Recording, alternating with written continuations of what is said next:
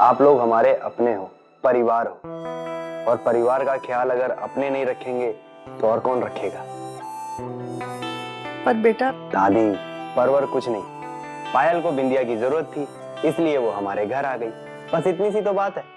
आप खामखा टेंशन ले रहे हो। पर आपकी पहली रात। अरे दादी, आप ये सब मत सोचिए। हमें बहुत तेज भूख लगी है और खाने की इतनी अच्छी खुशबू आ रही है, हमारे पेट में तो सच में चूहे दौड़ने लगे। हाँ, हाँ हम परोसते। बिंदिया तुम दामाद जी को बिठाओ, हम परोसते। जी दादी।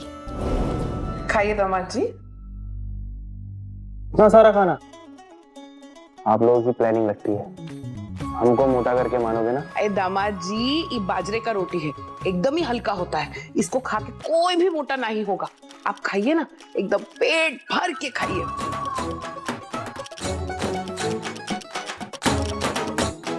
अरे ये सब क्या है? हम अकेले ही खाने वाले हैं क्या? आप लोग नहीं खाओगे? देखिए, हमें ना अकेले खाना बिल्कुल भी पसंद नहीं है। अगर आप लोग खाओगे तो हम खाएंगे, वरना हम भी नहीं खाएंगे। जी ठीक है।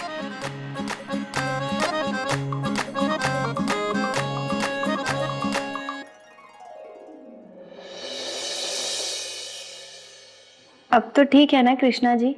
नहीं, अभी ठीक नहीं है।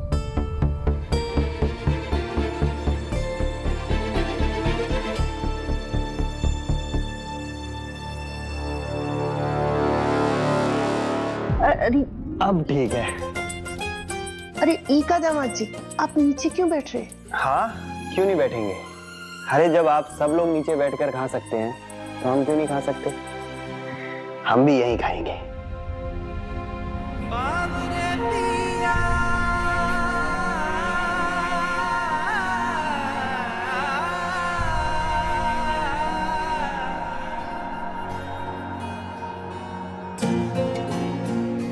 जीजू, अब अपने हाथों से खिलाओ ना बिंदिया को, हम एक फोटो खींचेंगे। अरे पर अभी। प्लीज जीजू। खिलाइए दामाद जी को, खिलाइए।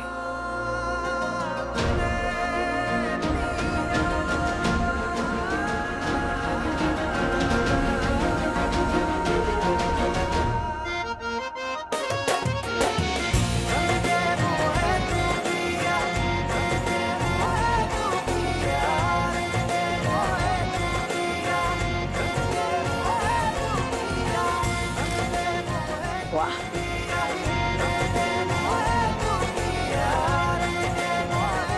एक और एक और। अभी ना तुम्हें खिलाना।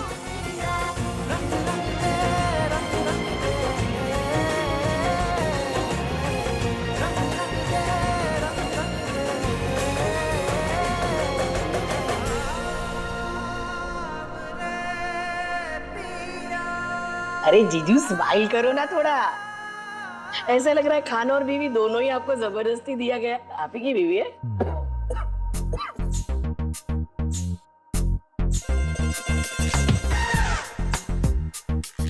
रोज कहाँ बोले जा रही है? हम तो मजाक कर रहे थे।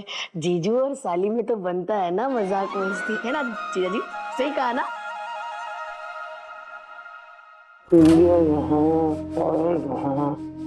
दाल में कुछ तो काला जरूर है। दाल नहीं मम्मी, हमको तो लगता है पूरा दाल चावल राजमा सब कुछ काला है। रोज ये फोटो पल्लू को भेज देना, वो बेचारी इस रस्म का हिस्सा ही नहीं बन पाई। कम से कम फोटो देखकर तसल्ली हो जाएगी उसको। दादी पता है बहुत परेशान थी, फिर भी हमको कही थी कि बिंदी इस पग फेरे की रस्म अच्छे से करना। भेज दिया हमको। दादी, हमारा पेट भर गया है, अब हमें निकलना चाहिए।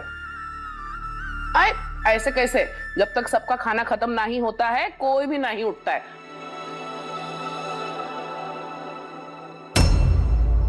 हम यहाँ इसके इंतजार में तड़प रहे हैं, तो ये वहां अपनी भूख मिटा रहा है। पता नहीं अब तक निकला भी होगा कि नहीं। क्या करें? बिंदी को पूछते हैं। हेलो बिंदी। पल्लू, तू ठीक तो है ना? अच्छा सुन, कृष्णा जी भी अभी बस निकल ही रहे हैं।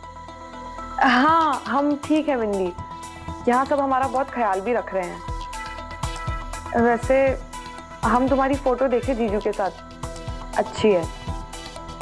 बस हम ही अकेले रह गए ना बिंदी, लेकिन कोई बात नहीं, चलो रस्म तो पूरी हुई। हाँ पल्लू, अपना ध्यान रख। ओके बाय बिंदी।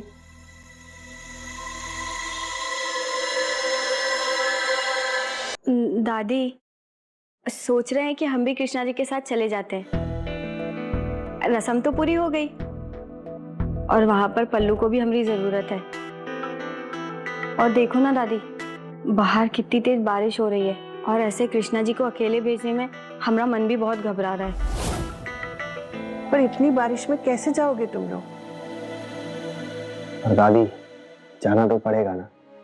और हम इससे भी कहीं ज्यादा तेज बारिश में कई बार कॉलेज से अकेले ड्राइव करके घर गए हैं।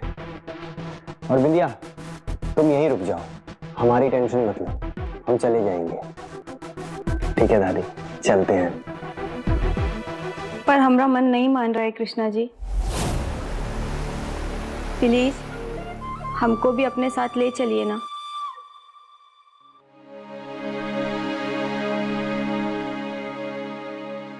हाँ तो चलो फिर।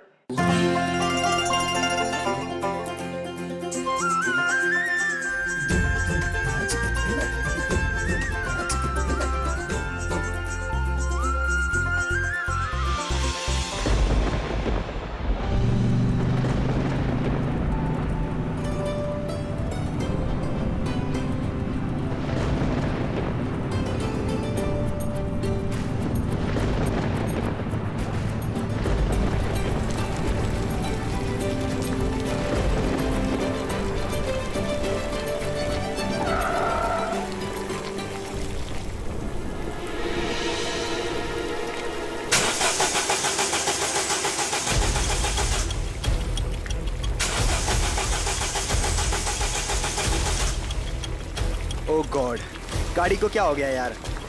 आने से पहले ही हम पूरा डीजल भरवाए थे। हमें बाहर जाकर देखना होगा। पर कृष्णा जी, आप इतनी बारिश में बाहर कैसे जाएंगे? और अपने पास तो छाता भी नहीं है। बिंदिया, बाहर जाकर के तो देखना होगा ना। गाड़ी में बैठे बैठे तो गाड़ी ठीक नहीं हो जाएगी। तुम कहाँ जा रही हो? बाहर। अंदर बैठो, बाहर भीग जाओगी। कृष्णा जी, हम आपको कितनी बार बताए हैं कि हम आपकी जीवन संगिनी हैं, मतलब जीवन भर साथ रहेंगे, चाहे जो भी परिस्थिति हो। अब आप भीगेंगे तो हमको भी भीगना पड़ेगा ना कि हम आपको बारिश में अकेला छोड़कर चुपचाप इस गाड़ी में बैठेंगे। अब चलिए। तुमसे तो बहस करना ही बेकार है।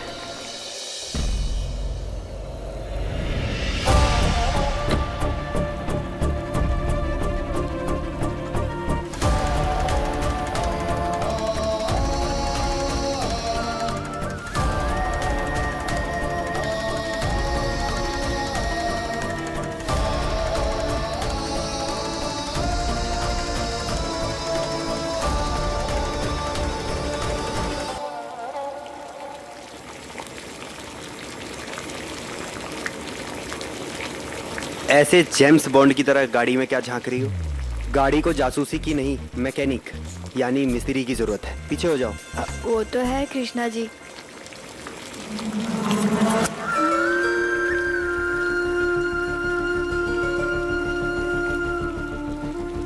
ये लो, टॉर्च दिखाओ।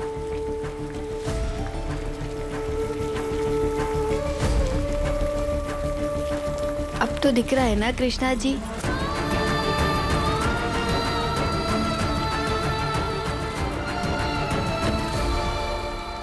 चलो गाड़ी में बैठो।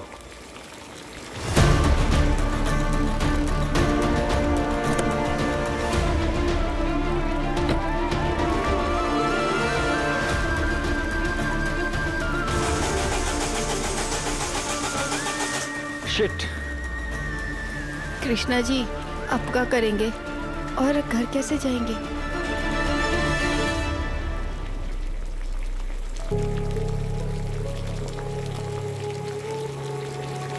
हेलो। हाँ पापा, एक्चुअली क्या है ना कि हम बिंदिया के घर से अभी निकले ही थे कि रास्ते में गाड़ी खराब हो गई, तो आप प्लीज किसी को भेज दीजिए हमें लेने के लिए। वो बस हम बिंदिया के घर के पास ही हैं। बेटा मौसम बहुत खराब है, घर में रहने की चेतावनी दी गई है, इसलिए गाड़ी भेजना तो मुश्किल होगा। तुम लोग एक काम करो, आज रात वहीं बिंदिया के घर पे रुक जाओ। ऐसे कैसे पापा, वहाँ बिंदिया की बहन अकेली है।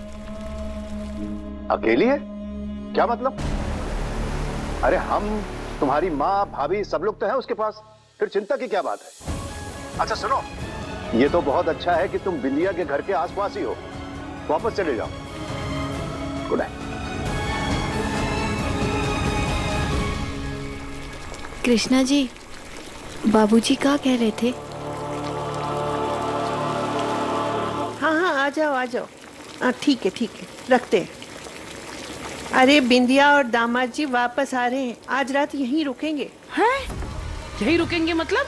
अरे अम्मा, हमारा घर कोनो महल थोड़ी ना जो है 77 कमरे होंगे। अरे बुआ से बुआ सास बन गई हो, पर बुद्धि तुम्हारी घुटने में ही है अभी भी। दामाद जी आ रहे हैं, उन्हें क्या बोलते कि मत आइए, हमारे घर में जगह नहीं है। अरे पर अम्मा, अगर वो यहाँ आ गए तो कैसे? अरे हमको कोई अगर मगर नहीं सुनना है। वैसे भी बिंदिया और दामाद जी की पहली रात है इस घर में, और हमको तो बहुत सारी तैयारियां करनी है। हमने कुछ सोच के भी रखा है।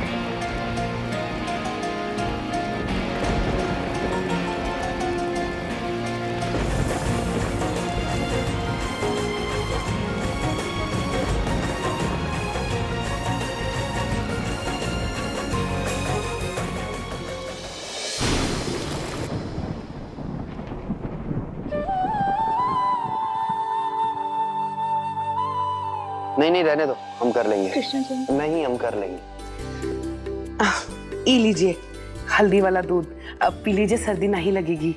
नहीं, हमारा मन नहीं है। पी लीजिए ना दामाद जी।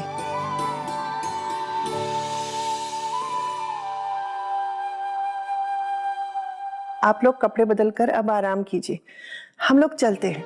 बिंदिया, अलमारी में वो कपड़े रखे हैं ना, दामाद जी को दे देना बदलने के लिए।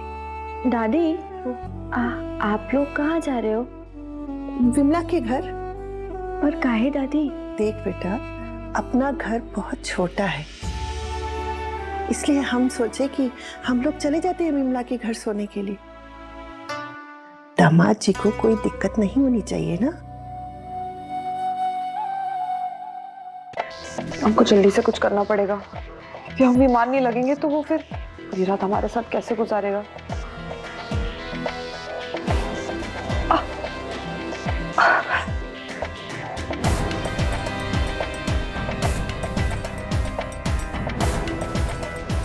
ये लो, दवा खा लो।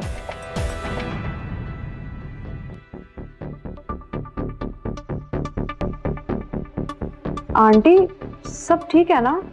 अब बहुत परेशान लग रही है। परेशानी की तो बात ही, इतनी तेज बारिश में बाबू की गाड़ी खराब हो गई। क्रिश के पापा बता रहे थे कि आज बिंदिया और क्रिश को वहीं तुम्हारे यहाँ वहीं पे रुकना पड़ेगा रात भर।